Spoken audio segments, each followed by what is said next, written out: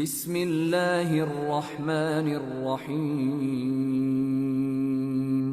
അസ്സലാമു അലൈക്കും. വലൈക്കും അസ്സലാം വറഹ്മത്തുള്ളാഹി. വിശുദ്ധ ഖുർആനിൽ പലപ്പോഴും പല ആളുകളും വിമർശിക്കാറുള്ളത് പോലെ തന്നെ ഒരു പുരുഷ മേധാവിത്വ സ്വഭാവം എപ്പോഴും കാണിക്കപ്പെടാറുണ്ട്. എന്താണ് അതിൻ്റെ അടിസ്ഥാനം? ഞാൻ മനസ്സിലാക്കുന്നത് ഇപ്പോൾ ചില സംബോധനകൾ രണ്ടുപേരോടും പറയാവുന്നത് പുരുഷനോട് പറയുന്നത് പോലെ നമുക്ക് തോന്നും. അപ്പോൾ അത് എന്തുകൊണ്ടാണെന്ന് ചോദിച്ചാൽ, ഇപ്പോൾ ഉദാഹരണത്തിന് നിങ്ങൾക്ക് ആരെയൊക്കെ വിവാഹം കഴിക്കാൻ പാടില്ല എന്ന് പറയുമ്പോൾ പുരുഷൻ പറയും മകളെ പാടില്ല, ഖുർആൻ പറയും മകളെ പാടില്ല, ഉമ്മാനെ പാടില്ല, സഹോദരിയെ പാടില്ല. ഇതെങ്ങനെ റിവേഴ്സിൽ പറയാം? പാപ്പാനെ പാടില്ല, മോനെ പാടില്ല, സഹോദരനെ പാടില്ല എന്ന് സ്ത്രീയോടും പറയാം. പക്ഷെ ഒരു കാര്യം ഉറപ്പല്ല, ആരോടെങ്കിലും പറയണ്ടേ? ഒന്നുകിൽ പുരുഷനോട് പറയണം, അല്ലെങ്കിൽ എങ്കിൽ വസ്തുനിഷ്ഠാവൂ. മറ്റേതിന് പറയേണ്ട ആവശ്യമില്ല. ഇപ്പോൾ ഒരു പുരുഷനോട് പറയാണ് മകളെ വിവാഹം കഴിക്കാൻ പാടില്ല എന്ന്, അതെന്തിനു തുല്യാണ്? ഒരു സ്ത്രീയോട് പിതാവിന് വിവാഹം കഴിക്കാൻ പാടില്ല എന്ന് പറയുന്നതിനോട് തുല്യാണ്. അപ്പോൾ ഫിഖ്ഹ് വസ്തുനിഷ്ഠമാണ്. ഏതെങ്കിലും ഒരു ജെൻഡറിനോടെ ഇത് സംബോധന ചെയ്യാൻ പറ്റുള്ളൂ. ഖുർആൻ എന്ന് പറഞ്ഞാൽ പരമാവധി വാക്കുകൾ ചുരുക്കിയ വേദഗ്രന്ഥമാണ്. എല്ലാം വിശദീകരിച്ച് പറയുന്നല്ല. പുരുഷനോട് നീ ഉമ്മാനെ വിവാഹം കഴിക്കാൻ പാടില്ല, അപ്പോൾ തന്നെ സ്ത്രീയോട് നീ മകനെ വിവാഹം കഴിക്കാൻ പാടില്ല, അങ്ങനെ പറയേണ്ട ആവശ്യമില്ല. ഏതെങ്കിലും ഒന്ന് പറഞ്ഞാൽ മറ്റേ അണ്ടർസ്റ്റുഡാണ്. അനാവശ്യമായ വാചകങ്ങൾ ആവശ്യമില്ല. പക്ഷെ ഇങ്ങനെ ഈ സംബോധനയിൽ എന്തുകൊണ്ട് സ്ത്രീ ഈക്വൽ ആക്കിയില്ല? ഈക്വൽ സ്ത്രീയും ഈക്വൽ പുരുഷനും ആക്കിയില്ല, അല്ലെങ്കിൽ പൂർണ്ണമായി സ്ത്രീ ആക്കിയില്ല എന്ന് ചോദിച്ചാൽ, ഇപ്പോൾ ഈ ചോദ്യം ഏറ്റവും കൂടുതൽ വ്യാപകമായി വരുന്നത് ഇപ്പോൾ ഹൂറുൻ ലീൻ, അതൊരു വിഷയമാണല്ലോ. അത് പുരുഷനെ പറഞ്ഞിട്ടുണ്ട്, എന്ത് ചെയ്യുക, സൽക്കർമ്മികളായ പുരുഷന് സ്വർഗത്തിൽ ഇണകളെ അള്ളാഹു നൽകുന്നു. ഹൂറുൻ ലീൻ എന്നാണ് അവരെക്കുറിച്ച് ഖുർആൻ സംബോധന ചെയ്തത്. എങ്കിൽ പിന്നെ എന്തുകൊണ്ട് സ്ത്രീക്ക് ഇത് കിട്ടുമോ? ഒരു ചോദ്യമാണ്, സ്ത്രീക്ക് ഇണകളെ സ്വർഗത്തിൽ കിട്ടുമോ? ഖുർആൻ അറബി ഭാഷയിൽ ഇറങ്ങിയതാണ്.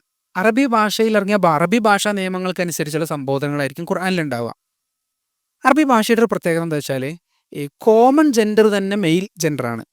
കോമൺ ജെൻഡർ ഇപ്പോൾ നമ്മൾ അറബി പത്രങ്ങളൊക്കെ വായിച്ചാൽ ഒരു ബോഡി കിട്ടി, ഡെഡ് ബോഡി കിട്ടി, പുരുഷനാണോ സ്ത്രീയാണെന്ന് പോലും തിരിച്ചറിഞ്ഞിട്ടില്ല. അപ്പോൾ പക്ഷെ അതിനെ എന്തായിട്ടാണ് സംബോധന ചെയ്യുക? പുരുഷനായിട്ടാണ്. അതിൻ്റെ അർത്ഥം പുരുഷനാണെന്ന് തിരിച്ചറിഞ്ഞു എന്നല്ല. കാരണം കോമൺ ജെൻഡർ മസ്കുലിൻ ജെൻഡറാണ്. ആ ഒരു സ്വാധീനം അറബി ഭാഷയിലുണ്ടാകും. എന്നാൽ മലയാളത്തിൽ നേരെ തിരിച്ചാണ്. ഇപ്പം നമ്മൾ ഭാര്യ ഭർത്താവ് എന്നാണ് പറയാം. അതെ. ഭർത്താവ് ഭാര്യ എന്നല്ല പറയാ. മാതാപിതാക്കൾ എന്നാണ് പറയാ. ഓരോ ഭാഷയ്ക്കും ഓരോ രീതിയായിരിക്കും ഉണ്ടാവുക. അപ്പോൾ ആ ഭാഷാ നിയമങ്ങൾക്കനുസരിച്ചാണ് അത് ഉണ്ടാകുക. രണ്ടാമത്തെ കാര്യം, ഇപ്പോൾ ഹൂറിലിൻ്റെ കാര്യം നമ്മൾ പറഞ്ഞതുപോലെ, സ്ത്രീക്ക് സ്വർഗത്തിൽ പോയി കഴിഞ്ഞാൽ ഇണകളെ കിട്ടുമോ? അതാണല്ലോ ചോദ്യം. ആ ചോദ്യത്തിന് ഉത്തരം ഖുർആനിലുണ്ട്. അവരെന്താണോ ആഗ്രഹിക്കുന്നത് അത് കിട്ടുന്ന ഇടമാണ് സ്വർഗം. സ്വർഗത്തിലൊരു സാലിഹാത്തായ ഒരു സ്ത്രീ പോയി, എന്നിട്ട് അല്ലാഹുവേ എനിക്ക് 10 ഹൂറന്മാരെ തരണേ എന്ന് ആഗ്രഹിച്ചാൽ കിട്ടുമോ? അതാണ് ഇപ്പോൾ പറഞ്ഞത്. ആഗ്രഹിക്കില്ലയോ എന്നുള്ളത് വേറെ ചോദ്യമാണ്. അവർക്ക് ആവശ്യമുള്ളതിൽ ആഗ്രഹിക്കുള്ളൂ, ഉദാഹരണങ്ങൾ വേണ്ട. ആഗ്രഹിക്കുന്ന അങ്ങനെ ആഗ്രഹമുള്ള സ്ത്രീകൾ സ്വർഗത്തിൽ എത്തുമോ എന്നുള്ളതൊക്കെ വേറെ ചോദ്യമാണ്. പക്ഷെ ആഗ്രഹിച്ചാൽ കിട്ടും എന്നുള്ളതാണ്.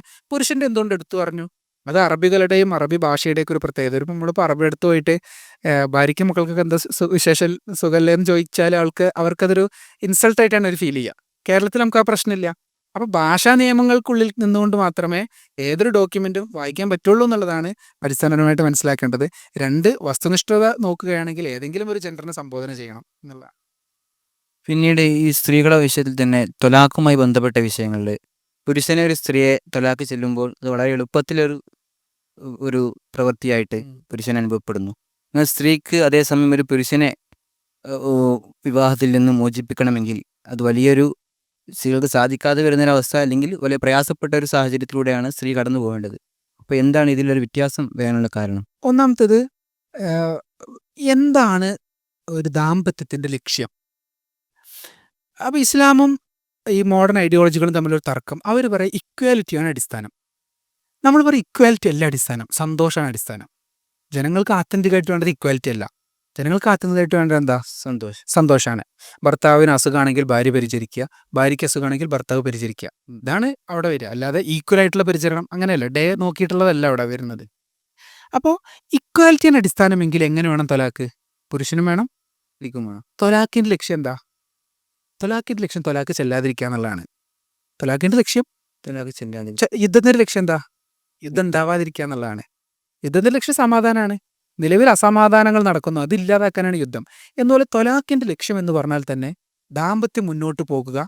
ഇത് ദാമ്പത്യം മുന്നോട്ട് പോകാൻ കഴിയില്ല, ഇവർ തമ്മിൽ അടിച്ചു പിരിഞ്ഞ ഒരാളുടെ ജീവൻ നഷ്ടം, ആ ഘട്ടത്തിൽ മാത്രം എന്ത് ചെയ്യാം? തൊലാക്ക് ചെല്ലാം. അപ്പോൾ ഇസ്ലാമിൽ തൊലാക്ക് എന്ന് പറയുന്നത് നിരുത്സാഹപ്പെടുത്തപ്പെട്ടൊരു കാര്യമാണ് പൊതുവിൽ ഇൻ ജനറൽ. ആവശ്യഘട്ടത്തിലൊക്കെ അനാവശ്യമായിട്ട് നിരുത്സാഹപ്പെടുത്തുകയാണ്.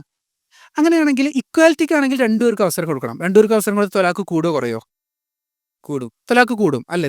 ദാമ്പത്യം മോശമാവും. പിന്നെ അവർക്ക് വീണ്ടും ഒരുമിച്ച് ജീവിക്കണം എന്ന് തോന്നും, തിരിച്ചു വരും. തിരിച്ചു വരേണ്ടി വരുന്ന സാഹചര്യങ്ങളുണ്ടാകും.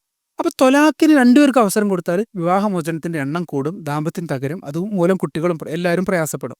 അപ്പോൾ പിന്നെ തൊലാക്കിൻ്റെ എണ്ണം കുറയ്ക്കണം എങ്കിൽ പിന്നെ ഒരാൾക്ക് കൊടുക്കണം അല്ലേ? സാധ്യത കട്ട് ചെയ്യാൻ പാടില്ല. തൊലാക്ക് എന്നുള്ള ഓപ്ഷൻ ഇല്ലാത്ത മതങ്ങൾ ഇവിടെ ഉണ്ടായിട്ടുണ്ട്.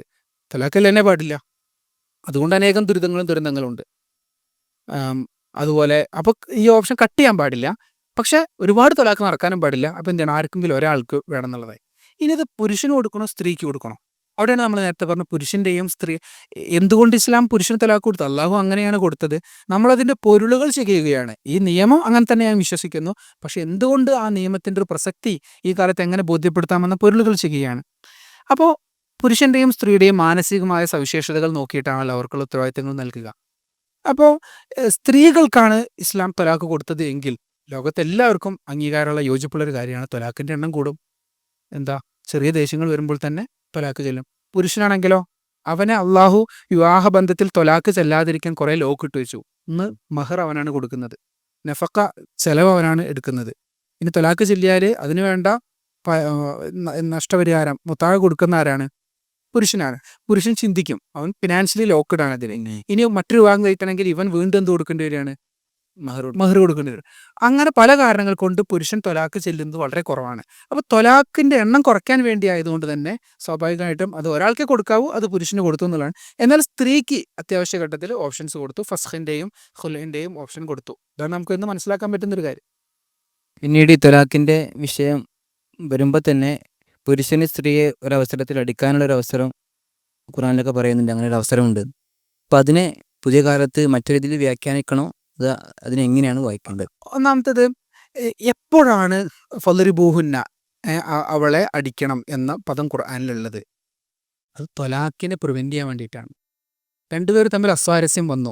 നിങ്ങൾ നോർമൽ കേസിൽ കോടതിയിൽ കേസ് കൊടുത്ത് രണ്ടുപേരും ഇല്ലാത്ത ആരോപണങ്ങൾ അങ്ങോട്ടും ഇങ്ങോട്ടും പറഞ്ഞ് രണ്ട് കുടുംബ ബന്ധങ്ങൾ വരെ വഷളായി ഒരുപാട് മാനനഷ്ടം ഉണ്ടാക്കുന്ന ഒരു പ്രോസസ്സിലേക്ക് പോകാതെ, തൊലാക്കിലേക്കും പോകാതെ ഈ പ്രശ്നം പരിഹരിക്കാനുള്ള ഘട്ടം, ബാക്കിയുള്ളൊരു ഫസ്റ്റിന് എന്ത് ചെയ്യും? ഫസ്റ്റിൻ്റെ വയലൻസിലേക്ക് പോകരുത്. ഫസ്റ്റ് നിങ്ങൾ എന്ത് ചെയ്യണം? അത് സൊല്യൂഷൻ പറഞ്ഞു കൊടുക്കുക. നിങ്ങൾ തമ്മിൽ അസ്വാരസ്യമുണ്ട്. ഇപ്പോൾ ഈ ഇസ്ലാമിലെ തൊലാക്കും വിവാഹമൊക്കെ വിട്, ലിവിങ് ടുഗദർ ദമ്പതികളാണ് ഏറ്റവും കൂടുതൽ ഇൻറ്റിമേറ്റ് പാർട്ട്ണർ വയലൻസ് വരുന്നത്. എന്താ കാരണം? ഇൻറ്റിമേറ്റ് പാർട്ട്ണർ വയലൻസ് പറഞ്ഞാൽ ഡൊമസ്റ്റിക് വയലൻസ്. ഏറ്റവും കൂടുതൽ സ്ത്രീകൾ പീഡിപ്പിക്കപ്പെടുന്നത് ലിവിങ് ടുഗദറിലുള്ളതാണ് എന്നുള്ളതാണ് അമേരിക്കയിൽ നിന്ന് പുറത്തുനിന്ന് പഠനം. 3 ഇരട്ടിയാണ് വിവാഹത്തിലുള്ളതിനേക്കാൾ കൂടുതൽ. അപ്പോൾ ഇത് ലോകത്തെല്ലാവരുടെയും അസ്വാരസ്യം ഉണ്ടാകുമ്പോൾ ശാരീരികമായി ശക്തൻ ആരാണോ, അത് മാർഷൽ ആർട്സ് ഒക്കെ പഠിച്ച സ്ത്രീയാണെങ്കിൽ പുരുഷനായിരിക്കും കിട്ടുക. അപ്പോൾ അത് ലോകത്തുള്ളൊരു കാര്യമാണ്. തെറ്റാണ്, പക്ഷേ ലോകത്തുള്ളൊരു കാര്യമാണ്. അപ്പോൾ അതിനെ പ്രിവെൻറ്റ് ചെയ്യണം. ആ അടിയിലേക്ക് പോകരുത്. ഫസ്റ്റിൻ്റെ അള്ള സൊല്യൂഷൻ പറഞ്ഞു കൊടുക്കുക. അസ്വാരസ്യമുണ്ടോ, പരിഹരിക്കാൻ നീ ഇത് ചെയ്താൽ മതി. ആദ്യം നീ സൗമ്യമായി അഡ്വൈസ് ചെയ്ത് കൊടുക്കുക, ഉപദേശിച്ചു കൊടുക്കുക. ആരുടെ ഭാഗത്താണ് പ്രശ്നം? സ്ത്രീയുടെ ഭാഗത്ത് പ്രശ്നമുള്ള കേസാണ് ഇത്. പുരുഷൻ്റെ ഭാഗത്താണ് പ്രശ്നമെങ്കിൽ പിന്നെ പുരുഷൻ്റെ അടുത്ത് ഒന്നും പറയേണ്ട ആവശ്യമില്ലല്ലോ. അത് സ്ത്രീയാണല്ലോ നോക്കേണ്ടത്. അത് മറ്റൊരു സ്ഥലത്ത് പറഞ്ഞിട്ടുണ്ട്. അപ്പോൾ സ്ത്രീയുടെ ഭാഗത്താണ് പ്രശ്നമെങ്കിൽ അനുസരണക്കേടെങ്കിൽ ഇത് ഉപദേശിച്ചു കൊടുക്കുക, തല്ലരുത് എന്നാണ് അതിൻ്റെ അർത്ഥം. കാരണം നോർമലി മനുഷ്യർ എന്താണ് ചെയ്യുന്നത്? ആ സമയത്ത് ഒരു വയലൻസിലേക്ക് പോവുകയാണ്. അതെ. അപ്പോൾ ഉപദേശിച്ചു കൊടുക്കുക. ഉപദേശിച്ചിട്ടും മാറുന്നില്ല എങ്കിലോ തല്ലരുത്. എന്ത് ചെയ്യണം? എന്താ കിടപ്പറയിൽ വെടിയണം എന്നാണ് പറഞ്ഞത്. കാരണം സെക്ഷൽ റിലേഷൻ നീ കട്ട് ചെയ്യണം. നീ പകൽ മുഴുവൻ അവളോട് തല്ലുകൂടുന്നു, രാത്രി അവളുടെ അടുത്തേക്ക് പോകുന്നു, നിന്നെ അവൾക്ക് ബഹുമാനം ഉണ്ടാവില്ല, നീ പറഞ്ഞ അവൾ അനുസരിക്കില്ല. നീ എന്ത് ചെയ്യണം? സെക്ഷൽ റിലേഷൻ കട്ട് ചെയ്യണം, കിടപ്പറയിൽ വെടിയണം എന്നാണ്. ഫഹ്ജുറുഹും ഫിൽ മലാജി ചെയ്യുന്നോ എന്താണ്? കിടപ്പറയിൽ വെടിയണം. പുറത്തു പോയി കിടക്കണമല്ലോ, ഒരേ റൂമിൽ കിടക്കണം, പക്ഷെ സെക്ഷൽ റിലേഷൻ കട്ട് ചെയ്യണം. അപ്പോൾ അവൾ ചിന്തിക്കും, അനുസരണയുള്ളവളായി മാറും. ഈ 2 സ്റ്റേജും നീ പരീക്ഷിച്ചു, എന്നിട്ടും കഴിയുന്നില്ലെങ്കിൽ എന്ത് ചെയ്യണം? ഫളറിബൂഹുന്ന അടിക്കണം. അതിൻ്റെ മുഫസ്സിറുകൾ അതിന് വിശദീകരിച്ചു. ആ അടി വേദനിപ്പിക്കാത്ത അടിയാകണം, മുറിവോ പാടോ ഉണ്ടാക്കാത്ത അടിയാകണം. കാരണം എന്താ? നാളെ നീ തൊലാക്കില്ല, അവൾ വേറെ കല്യാണം കഴിക്കണം, അവളുടെ മുഖത്തൊരു പാട് വന്നാലോ പ്രശ്നമല്ലേ, അപകടമല്ലേ, അവളുടെ ആരോഗ്യം ബാധിക്കാൻ പാടില്ല. അപ്പോൾ മുറിപ്പെടുത്താതെ രക്തം പൊടിയാതെയുള്ള അടി എന്നതുകൊണ്ടുള്ള ഉദ്ദേശം എന്താ വെച്ചാൽ അതൊരു താക്കീതാണ്. എന്നിട്ട് എന്തിലേക്ക് പോകാവൂ? തൊലാക്കിലേക്ക് പോകും. ഒരു തൊലാക്ക് ചെല്ലണം.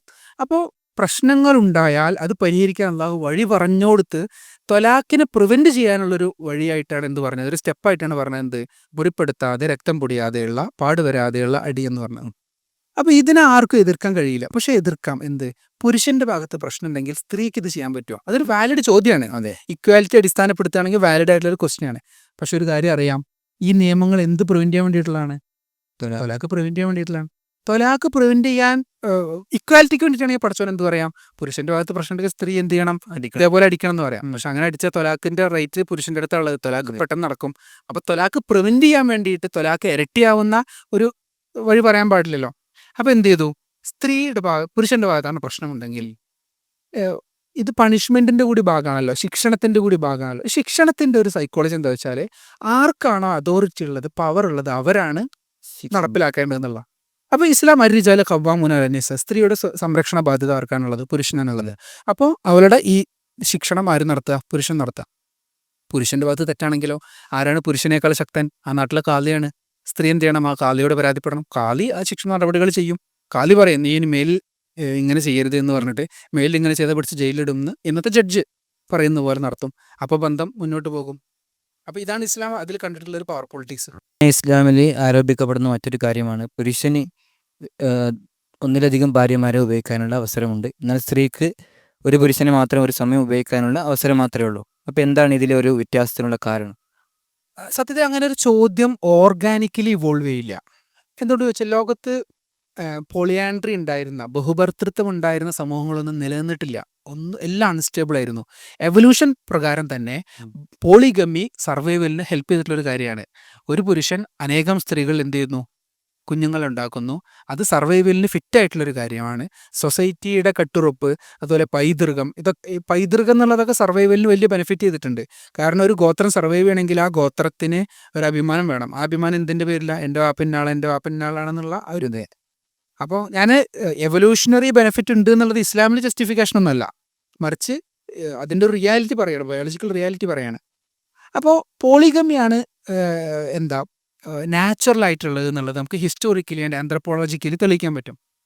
എന്നാൽ ബഹുഭർത്തൃത്വം എന്നത് ഒരു സ്ത്രീയും ആഗ്രഹിക്കുന്ന ഒരു കാര്യമല്ല. അതുകൊണ്ടാണ് ഓർഗാനിക്കലി ക്വസ്റ്റ്യൻ വരാത്തത്. മറിച്ച് ഇക്വാലിറ്റി അടിസ്ഥാനപ്പെടുത്തി ചിന്തിക്കുമ്പോൾ വരുന്നൊരു സാങ്കല്പിക ചോദ്യമാണിത്.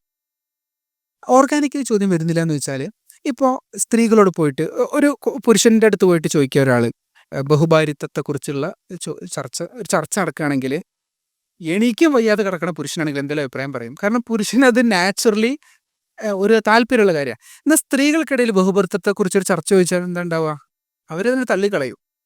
ചിലപ്പോൾ കാമുകനുണ്ടാകാം, ഡേറ്റിംഗ് ഒക്കെ നടത്തും. പക്ഷെ അത് ഭർത്താവല്ല. ഭർത്താവ് എന്ന് പറഞ്ഞാൽ ഉത്തരവാദിത്വം, കമ്മിറ്റ്മെന്റും ഒക്കെ ഉള്ള ഒരു റിലേഷനാണ്. ഇത് ഒന്നിലധികം പേരുമായി നടത്താൻ ഓർഗാനിക്കലി ആർക്ക് താല്പര്യമില്ല? സ്ത്രീ. അങ്ങനെയാണ് സ്ത്രീയുടെ ഘടന ഉള്ളത്. അപ്പോൾ ഞാൻ സൈക്കോളജിക്കൽ റീസൺ പറഞ്ഞു, എവല്യൂഷണറി റീസൺ പറഞ്ഞു. എന്നാൽ ഇസ്ലാം ബഹുഭാരിത്വത്തെ എന്തു ചെയ്തു എന്ന് ചോദിച്ചാൽ, ഇസ്ലാം ബഹുഭാരിത്വത്തെ ലിമിറ്റ് ചെയ്തു. സൊസൈറ്റി ഇത്ര കാലം 10 20 സാമ്പത്തിക ശേഷിക്ക് അനുസരിച്ച് അത്രയും വിവാഹം കഴിച്ചിരുന്നിടത്തുനിന്ന് പരമാവധി 4 എന്ന് പറഞ്ഞു. ഇനി 2 3 4 വിവാഹം കഴിക്കുകയാണെങ്കിൽ നീതി ചെയ്യണം എന്നൊരു താക്കീത് നൽകുകയും ചെയ്തു. അപ്പോൾ പുരുഷൻ്റെ സത്യത്തിൽ ബഹുഭാരിത്വം പ്രോത്സാഹിപ്പിക്കപ്പെടുന്ന സാഹചര്യങ്ങളുണ്ട്. ഇങ്ങനെ ഒരു സാമ്പത്തിക ശേഷിയുള്ള ഒന്നിലധികം സ്ത്രീകളിലേക്ക് താല്പര്യമുള്ള ഒരു പുരുഷൻ, അവന് ഒരു ഭാര്യ മാത്രമേ ഉള്ളൂ, അല്ലെങ്കിൽ ഭാര്യ രോഗിയാണ്.